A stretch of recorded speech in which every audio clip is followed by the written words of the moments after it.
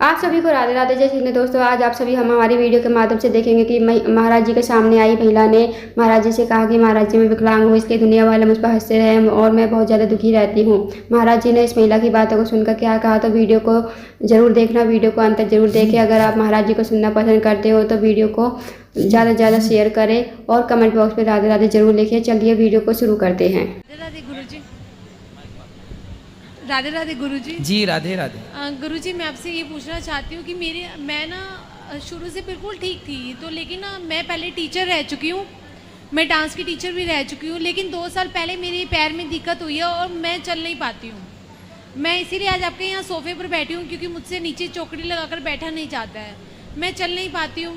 इसलिए गुरुजी, कुछ लोग जो कि बहुत माला जाप करते हैं, वो सोचते हैं कि हम ही भगवान हैं। हम जो कहते हैं वो बहुत सच होता है, हम ही भगवान हैं, हम माला जाप करते हैं, हम दिन रात माला जपते हैं, तो लेकिन वही लोग मुझे ये कहते हैं कि ये तो लंगड़ी है। तो गुरुजी, मुझे ना अपने भगवान पर विश्वास है। मैं बहुत डॉक्टर्स के पास गई हूँ, मेरा कुछ भी डॉक्टर ने मुझे दवाई देने से भी मना किया कि कोई भी दवाई नहीं है आपके लिए, आप सिर्फ एक्सरसाइज करो। और मेरे एक्सरसाइज करने में बिल्कुल भी इंटरेस्ट नहीं है, मेरा मन नहीं लगता एक्सरसाइज करने में, मैं कर नहीं पाती हूँ। तो इसलिए मुझे कुछ बताओ, मुझे क्या करना चाहिए। मैं लोगों की सुन के ना, मैं वैसे तो बिल्कुल परफेक्ट हूँ, कोई बात नहीं, अगर भगवान ने दुख दिया है तो मुझे ठीक भी भगवान ही करेंगे। कोई बात नहीं, तो आप एक्सरसाइज करिए ना, क्या दिक्कत है। मेरा करने का मन नहीं करता गुरुजी, तो पर ये कि लोगों की बातें सुन के ना मेरा माइंड परेशान हो जाता है कि लोग मुझे ऐसे कहते हैं। आप अपने स्वास्थ्य के लिए भी एक्सरसाइज नहीं करना चाहती तो आप आलसी नहीं है बहुत बड़ी? आलसी तो हूँ गुरुजी मैं। फिर तो अब ये आलसपन है तो लोग लंगड़ी कहेंगे तो सुन लिया करो, या तो एक्सरसाइज करके ठीक हो जाओ, या तो फिर समाज के ताने सुनती रहो। अब आप ताने भी नहीं सुनना चाहती हो, हाँ, एक्सरसाइज भी नहीं करना चाहती हो, तो ऐसे नहीं होता। या तो एक्सरसाइज करके ठीक हो जाओ, हाँ जी, या फिर समाज के ताने सुनो, लंगड़ी लंगड़ी कहेंगे लोग। ठीक है। और सुनो, इससे कोई फर्क नहीं पड़ता कि लोग क्या कह रहे हैं। एक लड़की थी, वो ट्रेन से गिर गई थी, तो उसके दोनों पांव के ऊपर ट्रेन निकल गई थी, कट गए। आज भी वो लड़की है, उस लड़की के पांव कट गए। पूरी रात उसके पांव के कटने के बाद वो ट्रेन के ट्रैक के नीचे पड़ी रही। सवेरे लोगों ने देखा, रात के 8 बजे की दुर्घटना हुई और पूरी रात पड़ी रही। चूहे उसकी मांस और हड्डी को तरते रहे। हाँ जी। अब उसकी बिल्कुल जंघा से यहाँ से ना अलग हो गए पांव। ना जाने रात भर में सैकड़ों ट्रेन गुजर गई और वो पड़ी रही, और फिर भी वो जिंदा। तो उसने सोचा कि भगवान ने मुझे जिंदा क्यों रखा, तो उसको लगा कि कोई विशेष उद्देश्य के लिए जिंदा रखा। उसे हॉस्पिटल ले जाया गया, पांव तो कट ही चुके थे, लेकिन उसने एक नकली पांव लगवाया। और आश्चर्य मानेंगे, उस नकली पांव को लगाकर उस लड़की ने कहा कि ईश्वर ने यदि जीवन दिया है तो उद्देश्य जरूर कुछ ना कुछ दिया होगा। वो लंगड़ी जो दोनों पांव कट गए, नकली पांव लगा के वो चलना शुरू किया। एवरेस्ट की चोटी तक चढ़ गई वो लड़की, और अपना नाम पूरी दुनिया में पहुंचाया। पूरी दुनिया के लोग उससे जान गए कि वो एवरेस्ट की चोटी में चढ़ गई नकली पांव से। तो आपके अंदर जो जुनून है, जो जज्बा है ना, वो आपकी शक्ति है। पाँव शक्ति नहीं है। जिनके पाँव नहीं है वो भी इतिहास रच लेते हैं। आपके पाँव में तो जरा सी मौच है, तो वो ठीक हो जाएगी। तो आप इतनी हिम्मत क्यों हारती हो कि लोग लंगड़ी कह रहे हैं? तो आप एक्सरसाइज कर लो ना और ठीक हो जाओ ना। गुरुजी, मेरा मानना तो ये है ना कि जो लोग माला जाप करते हैं वो इतना ज्यादा भगवान में विश्वास भी रखते हैं, लेकिन वो एक साइड दूसरे लोगों की चुगली करते हैं, बुराई करते हैं। भाई आपको अब आप भी तो यही करने बैठ गई ना। वो हाँ, माला जप रहे हैं तो वो चुगली कर रहे हैं, तुम नहीं जप रही हो माला, तुम भी तो वही कर रही हो ना। हाँ जी। तो फिर उनमें और तुम में अंतर क्या रहा? कोई भी। इसलिए लोग क्या कह रहे हैं, क्या कर रहे हैं, छोड़ो। आप सही राह पर चलो, आप मत करो निंदा चुगली। आपको लग रहा है ना कि वो लोग कर रहे हैं, तो आप क्यों कर रही हो? आप ठीक करो अपने आप को। जब आप अपने आप को ठीक कर लोगे तो अपने आप, जब एक सही होगा तो एक से दूसरा सही होगा, 2 सही होंगे तो 4 सही होंगे। बस ऐसे ही है। एक क्रांतिकारी खड़ा हुआ, उसको देखते देखते सैकड़ों क्रांतिकारी खड़े हो गए। एक सही राह पर चलेगा तो सैकड़ों चल पड़ेंगे। आपने कहा कि वो तो करती है चुगली तो मैं भी करूं, तो क्या फायदा? आप सही चलो बस। ठीक है गुरुजी, मेरा एक लास्ट प्रश्न ये है कि मेरे 2 बेटे हैं, दोनों बेटों की आपस में बनती नहीं है, दोनों सारा दिन लड़ाई करते हैं। मैं कितने बड़े हैं? ये दोनों जी आए हुए हैं यहाँ पर, तो दोनों को गुरुजी मैं हर साल वृंदावन में लेकर आती हूँ, दोनों आपको बहुत मानते हैं, तो ये हर साल मुझे कहते हैं मुझे गुरुजी से मिलवाओ। आप पहले वहाँ सामने आश्रम में मिलवाओ।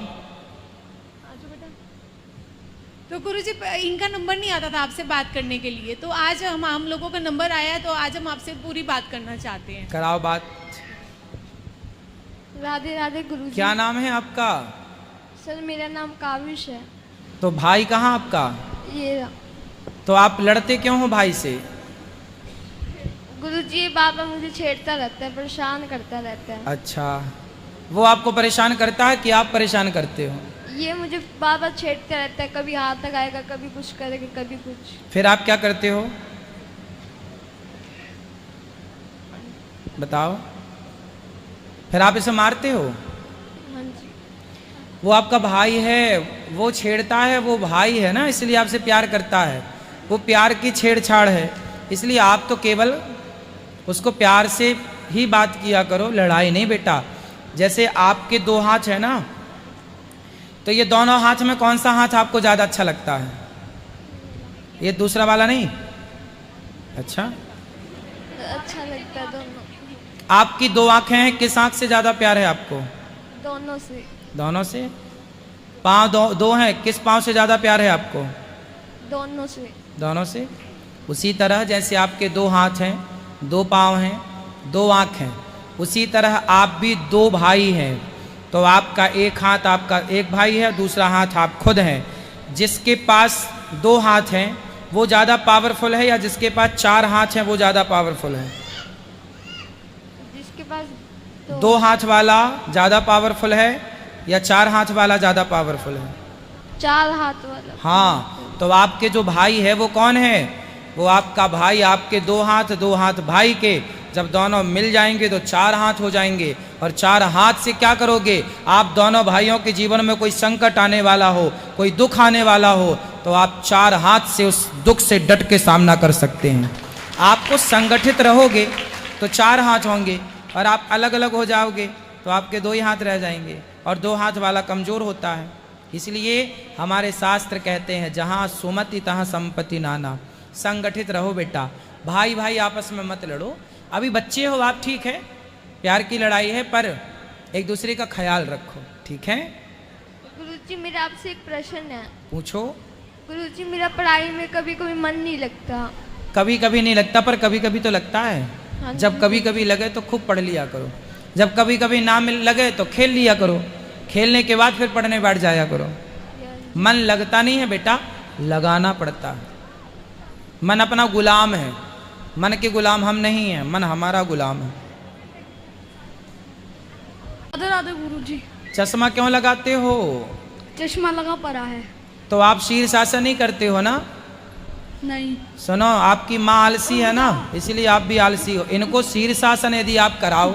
गुरुजी ये ना फोन नहीं छोड़ता है गुरुजी, ये गेम बिल्कुल नहीं छोड़ता है। मोबाइल तो आपने देख के आदत आपने डलवाई है। नहीं गुरुजी, अब 4 दिन से यहाँ वृंदावन में आया हुआ है, घर में पर फोन अवॉइड करता है, घर में नहीं देखता है। पर अब 4 दिन से देखो मैं अपनी मम्मी के घर आई हुई हूँ, मैं अगर उनके सामने इनको किसी बात के लिए डांटूंगी तो उनका भी मूड खराब हो जाएगा। कोई बात नहीं, पर मोबाइल ना देकर आप इनको बेटा शीर्षासन किया करो, सिर केवल खड़ा। और इन सबको ना बढ़िया गाजर नहीं, वो पालक, गाजर भी अच्छी होती है, पालक का जूस पिलाइए। पालक का रस पीने से आंखें बढ़ती हैं, ज्योति बढ़ती है। गाजर का जूस भी आंखों के लिए अच्छा होता है। गुरुजी खाते पीते तो बहुत अच्छे से, ऐसा नहीं है कि बच्चों को मुझे जबरदस्ती खिलाना पड़ता है। ये क्या खाते हैं? सब कुछ खाते हैं। ये पिज्जा खाते हैं, बर्गर खाते हैं, वो तो खाते ही हैं, साथ में जूस भी नहीं छोड़ते, सब कुछ खाते